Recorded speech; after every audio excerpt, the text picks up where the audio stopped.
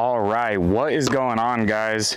We are back. We got another disc review. We got the new 2025 cap wrap. It is a swirly Z plastic. I think that's just what it is. It's a swirly Z plastic. I think they were trying to kind of mimic that 2020 plastic that looked like this. This is like a not super swirly run, but it definitely has some cool swirls in it. There were some swirlier ones, but I liked this like cherry red color, so I chose this one. But yeah, I'll give you a quick kind of lay down of the profile. So it's got a mild shoulder, and then it's pretty flat across the top. I have this Z1 first run, and then this swirly ESP one.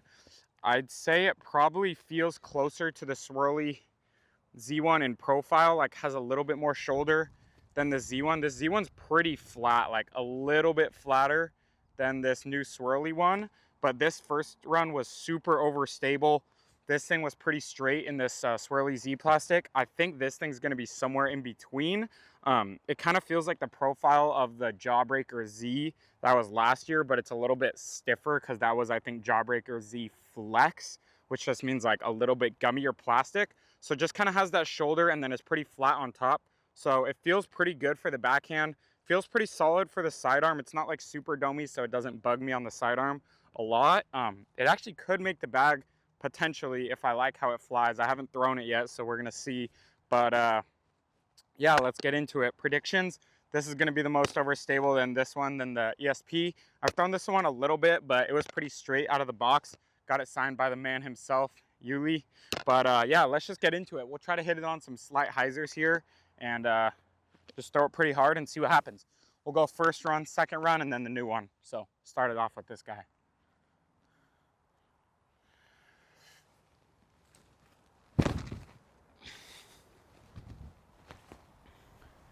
Yeah, so you can see that thing's super overstable.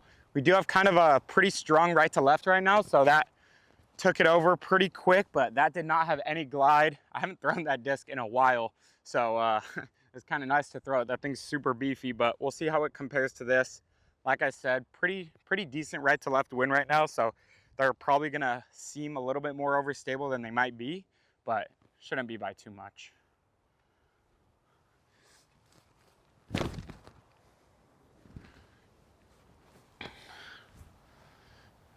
Yeah, so I kind of pulled that one over flat just a tad, but I threw it dead flat, definitely not Anheiser, and it went dead straight for a while and then faded out. So you can kind of see how straight that is compared to the first one.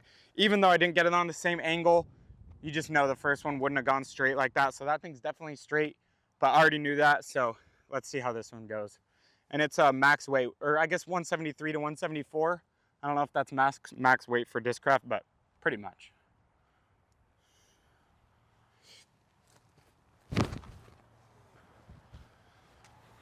Oh, that looks nice. Yeah, so I got that on a pretty similar to the first one, just a touch of hyzer, nice kind of mid-height. It just rode straight and faded out the whole time, but it wasn't super overstable like the first one, but by no means did it want to push straight like the ESP one. So that's kind of the flight that I was hoping to get out of it.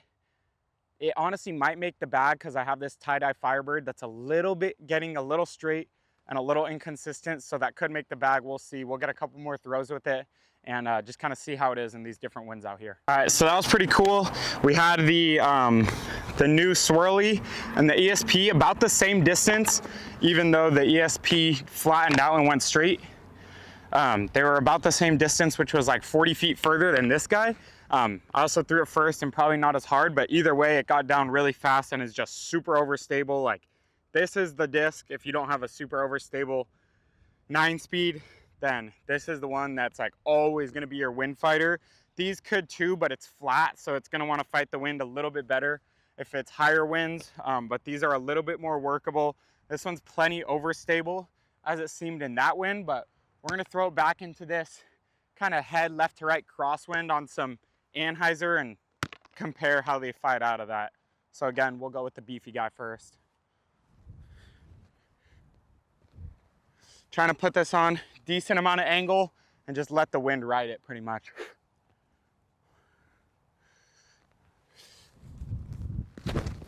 That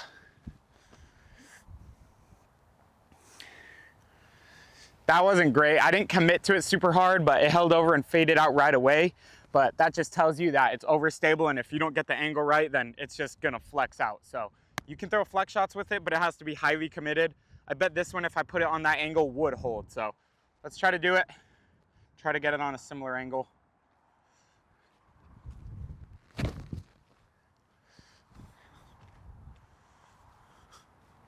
All right, those were terrible. We're gonna run it back, but we're gonna throw this one just because those two are already out there.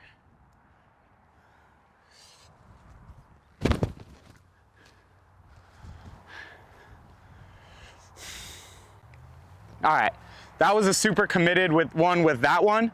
I threw it on a lot of Anheiser. It flexed over and came back and even skipped back. So it's a little bit more overstable than I thought. That thing is plenty overstable, but we're gonna run the other first two back so that way we can actually get a good comparison. All right, those first two were not good, so we're gonna run it back. Here's the first run. Try to really commit to the Anheiser here.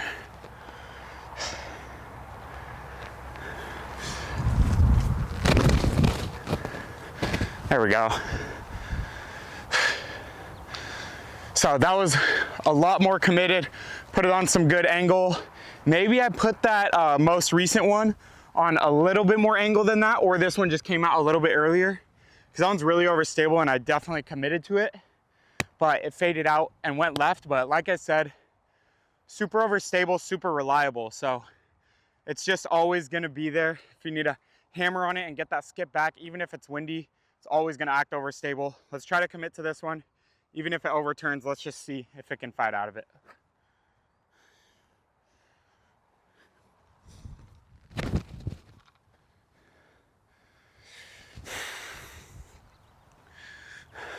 Okay, yeah, so I put that on a nice little angle.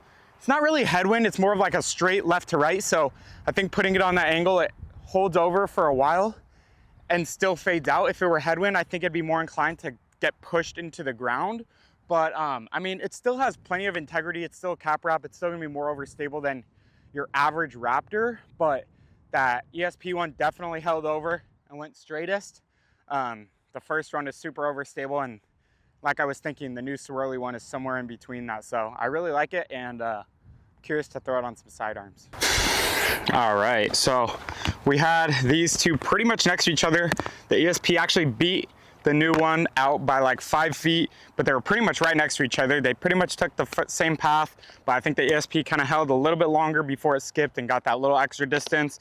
The first run faded out pretty early, but still held the line on a pretty nice tight line, and then skipped back at the end. So it's definitely still workable, but it's very overstable, and you have to hit it hard and trust your line if you're gonna throw flex shots with it. I know Yuli, when he was first coming out with the cap wrap, kind of his idea was that you can throw it soft and have it do like a slow little S line, or if you throw it hard and snappy, then it's gonna hold that tight line and kind of skip a little bit more. So it's definitely like owning up to that and, you know, ringing true. But I think that might be because it's so flat compared to these two. They have that little shoulder, which in my opinion allows it to work a little bit more left to right, which isn't necessarily a bad thing if you have that slot covered, or maybe you just have a first run and then one of these or something. But I'm gonna throw it on some sidearms. Sidearms been feeling pretty good lately, so let's see if I can hit some nice little consistent angles with it. First one, I'm just gonna do like pretty much a hyzer to flat shot and just see how they react. I'm gonna try to hit it more flat just because on hyzer, they're all gonna act close to the same, being an overstable 9-speed. So I'm gonna put them flat, and then coming back into the headwind, I'll put them on a little chop ante and see how they react in that. So start with this guy first.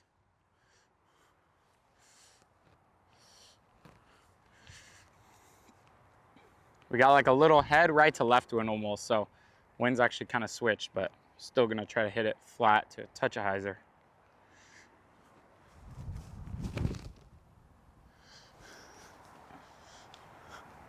All right, so that came out a lot of hyzer, and my sidearm's not warmed up, so they're not gonna come out super hot, but you can just see how overstable that thing is. It just pushes straight, and or I mean, it just fades and doesn't really want to do anything else. So it's exactly what I've been talking about this whole time. Now we'll do this guy.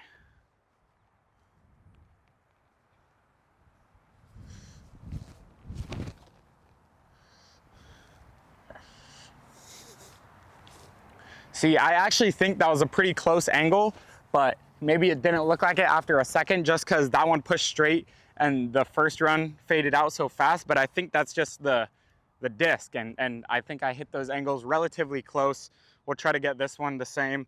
Maybe I missed it by a little bit, but you can still see the difference. That swirly ESP pushed a lot straighter for a lot longer than the Z just faded out the whole time. This should be somewhere in between.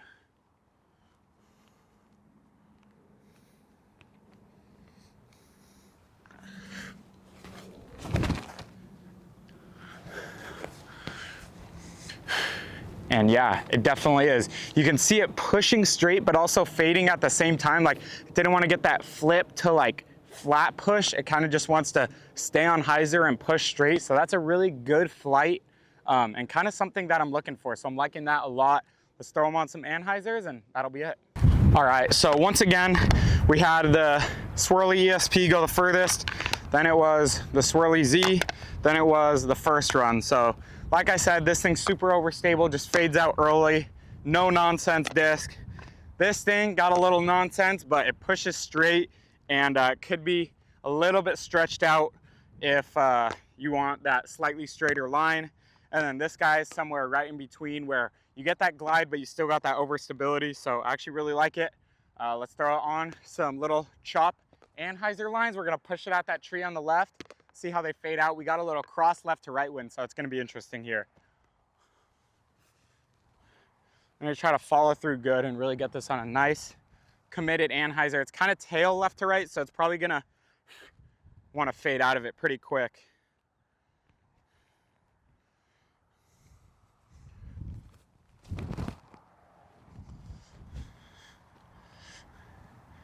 Yeah, that was money. So you could see how I really chopped over on that. It pushed hard to the left tree and it actually held over for a bit. I did crank it over and really commit to that, so that was good. But then it faded out and still faded super hard at the bag.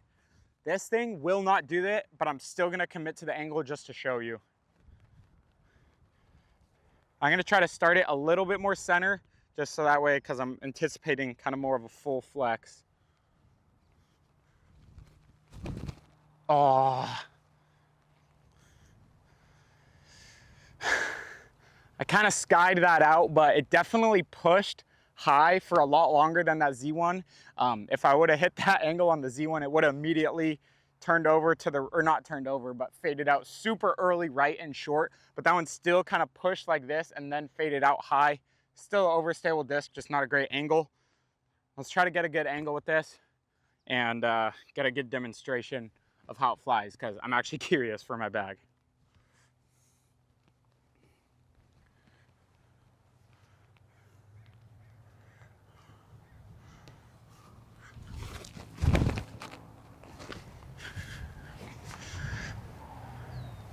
All right, there we go. That was money. So it just pushed super hard to the left, held that line, super clean release, and just kind of slowly wanted to come out of it and fade right. That had a really good flight. I really do think that's gonna make the bag. It's right in between my super overstable FD3 and my kind of Firebird that got a little bit too straight. So that thing is gonna fill in for that Firebird. For now, if I decide I want the Firebird back for a little hyzer flip, then sure, but I think that's gonna make the bag. I really like how it has a little bit of workability, but it's still plenty overstable. Threw it into the left to right. Now it's kind of headwind and it had plenty of overstability. Didn't just turn over, so it's definitely a good disc. But I guess that's it. Thanks for watching, guys. We will see you in the next one.